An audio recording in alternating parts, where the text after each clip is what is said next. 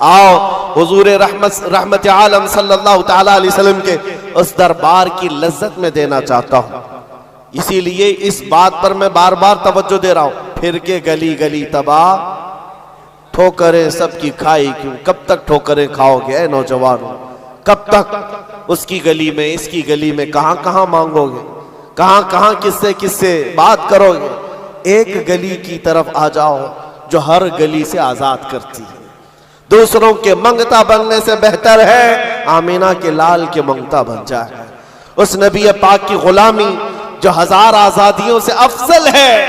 सैयदना बिलाल हबशी रदी अल्लाह ताला, वो जानिसारे रसूल, दामने रसूल में जैसी आ गया।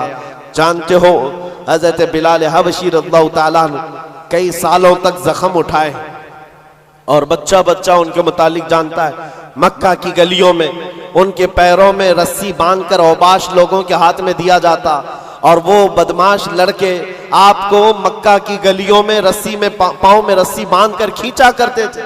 उनकी जिस्म पर, उनकी पीठ पर गरम सिल रखा जाना, दहकते हुए अंगारों में उनको सुलाया जाना, ये सब रिवायतें पता है आप बिलाल हबशी को। लेकिन जो मैं बात कहने जा रहा हूँ, जमाना बीत गया, आप तो हुजूर पाक की गुलामी में आए और हुजूर पाक सल्लल्लाहु अलैहि वसल्लम की वफात के बाद सिद्दीक अकबर का जमाना आया, हजरत उमर का जमाना।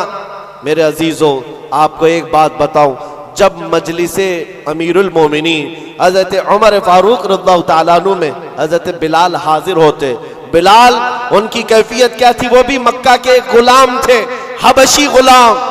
हबशी गुलाम उस वक्त मक्का में हिकारत से देखते थे लोग, काले रंग का होता है, चौड़ी नाक का होता है। लेकिन सैयदना बिलाल हबशी की बात यह है, अमीरुल मोमिनीन उमर इब्न खत्ताब, जिसके रौब और दबदबे का हाल यह है कैसर और किसरा की फौजें थर थर कांपती हो, वह अमीरुल मोमिनीन जिसके बू से, जिसकी सिर्फ और सिर्फ हवा से, जिसकी खुशबू से शैतान रास्ता बदल लेता हो।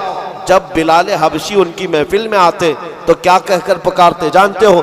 या सैयदना बिलाल, या सैयदना बिलाल, ऐ हमारे आका बिलाल आइए, ऐ हमारे आका बिलाल आइए। हजरत बिलाल कहते, हुजूर ये आपकी जुबान से अच्छा नहीं लगता, मैं गुलाम हूं, मुझे गुलाम कहकर पुकारे, आप सैयदना कहते।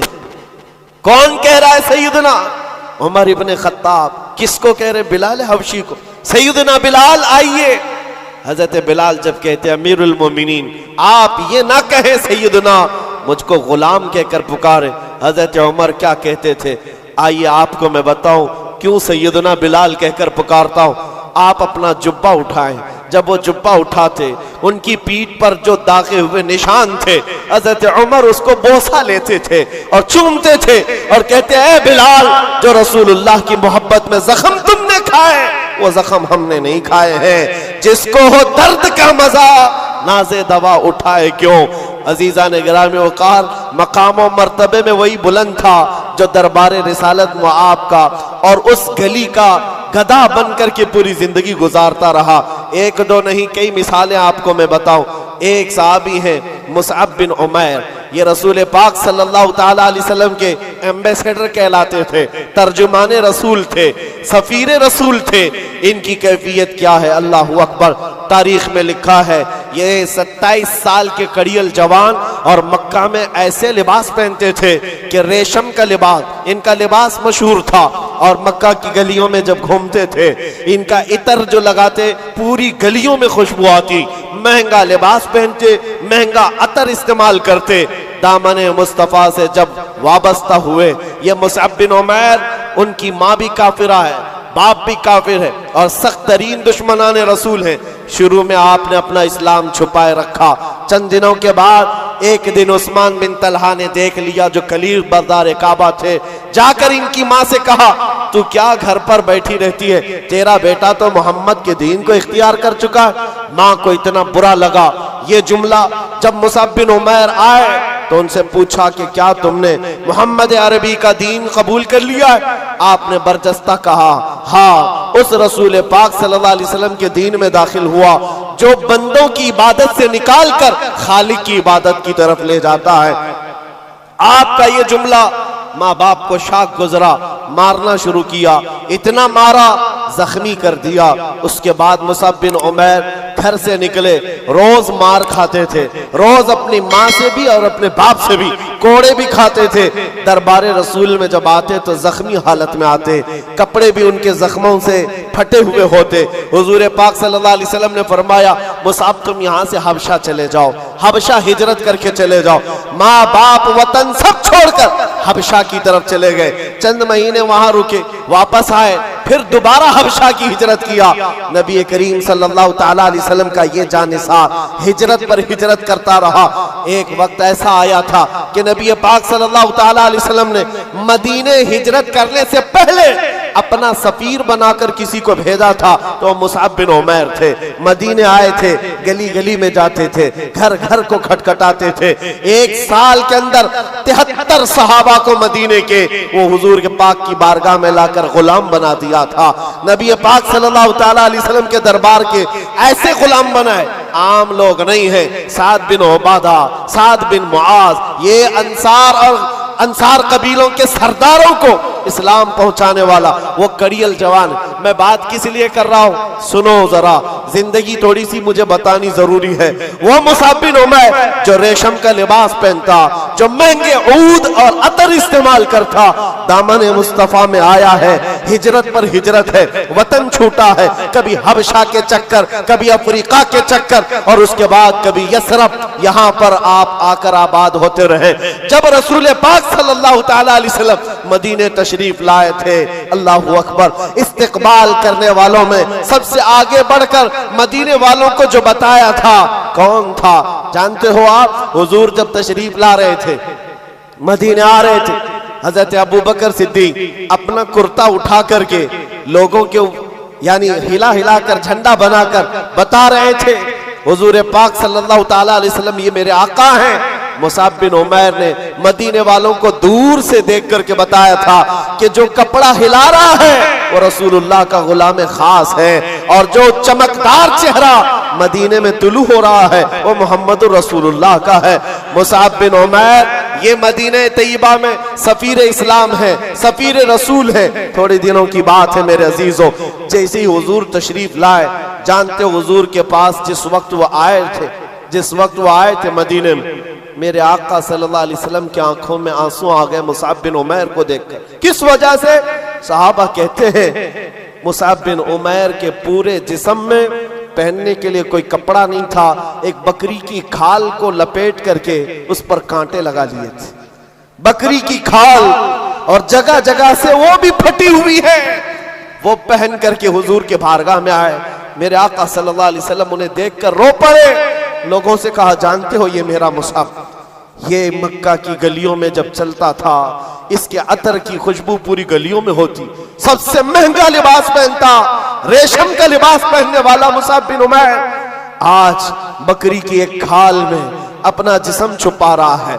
अजीजान गिरामी वक़ार, सारी ऐश की जिंदगी तर्क किया था सिर्फ इसी गली के लिए। फिर के गली गली तबाह, ठोकरें सबकी खाई क्यों, दिल को जो अक्ल दे खुदा, तेरी गली से जाए क्यों। नबी रहमत सल्लल्लाहु ताला अलैहि वसल्लम ने अपनी चादर उठाकर उनको अता की थी, और उस चादर को लेकर जिंदगी भर गुजारते रहे। जब जंगे ओहद का मौका आया, बदर में शरीक रहे, ओहद में आए, सुनो उस मुसअब बिन उमैर की जिंदगी बता रहा हूं। नौजवानों, तुम्हें ऐसा लगता है जिंदगी के ऐश यही असल है? तुम आज अगर एक वक्त का खाना नहीं मिलता तो चिढ़ जाते हो, तुम्हारी पसंद के कपड़े नहीं मिलते, घर छोड़कर भाग जाते हैं। कुछ लड़कियां तो आज ये कहती है, मेरा बाप मुझे क्या दिलाता है, ये आज 6 महीने का जो उसका फ्रेंड बना है ये उसको अच्छे खासे कपड़े दिला रहा है। ये सब तो आज मेयार बना हुआ है जीने का। उस मुसअब बिन उमैर की जिंदगी सिर्फ इसलिए बता रहा हूं, ऐश व इशरत को तर्क किया था उस रसूल पाक सल्लल्लाहु ताला अलैहि वसल्लम की गुलामी में। जानते हो ओहद के मैदान में एक वक्त ऐसा आया कि शैतान ने अफवाह गरम कर दी थी कि मोहम्मद रसूलुल्लाह का इंतकाल हो गया सल्लल्लाहु अलैहि वसल्लम। माअज़ल्लाह, जैसी ये खबर फैली, सहाबा इकराम की 2 जमातें हो गई। 2 जमातें कैसे? बाद सहाबा ने कहा आप तलवार उठा करके क्या करेंगे, चलो मदीने वापस चलते हैं। हुजूर पाक सल्लल्लाहु ताला अलैहि वसल्लम का अगर इंतकाल हो गया, विसाल हो गया है, तो क्या करेंगे? कुछ तो तलवार उठाने को ये कहकर छोड़ दिए, और लेकिन दूसरी जमात ये थी जो ये कह रहे थे कि ठीक कहा तुमने, रसूल पाक सल्लल्लाहु अलैहि वसल्लम के पास उनके बाद तलवार उठाकर करना क्या है। लेकिन मुसाब बिन उमैर का एक जुमला था जो उहद के मैदान में गूंज रहा था, ऐ लोगों, ये क्यों नहीं सोचते रसूलुल्लाह के बाद जीने का क्या मतलब है? अगर रसूलुल्लाह नहीं है तो फिर जी कर के मतलब क्या, उठाओ तलवार। तो ये चंद लोगों की जो जमात की सिपह सालारी कर रहे थे उस वक्त मैदान में, मुसाब बिन उमैर झंडा हाथ में पकड़ा था। कुमैया नाम का एक दुश्मन उनके मोंढे से तलवार, मोंढे को काट दिया, कंधे से हाथ काट दिया। झंडा रसूलुल्लाह का जिसके हाथ में है, वो हाथ का कट जाना, गोया कि झंडा नीचे आ जाए। मुसाब बिन उमैर का एक हाथ कटा, झंडा बाएं हाथ में उठाकर खड़े हुए, रसूलुल्लाह का झंडा गिरने नहीं दे रहे थे। और जब बाएं हाथ में उनका झंडा आया तो वही सालिम ने बाएं हाथ को कहनी समेत काट दिया। झंडा या तो इस हाथ में हो सकता है या इस हाथ में। तारीख इस्लाम की सच्चे और आग की वहां गर्दानी करो, सरगर्दानी करो तो पता चले मुसाब बिन उमैर ने कटे हुए बाजुओं से उस परचम को पकड़ा था, सीने में दबाकर, अपनी ठूड़ी के नीचे दबाकर हुजूर के परचम को नीचे नहीं आने देना चाहते। जिसके इधर का बाजू कट गया हो, उधर का हाथ कट गया हो, कटे हुए हाथों से। और उसी उहद के मैदान में जालिमों ने जब देखा कि ये झंडा नीचे आने नहीं देता, सीने पर बहुत तेज भाला मारा, नेजा मारा। उस वक्त आपने पुकार कर कहा उहद के मैदान में, ये नहीं कि लोगों मेरा हाथ कट गया, लोगों मेरा बाजू कट गया, लोगों मेरे सीने पर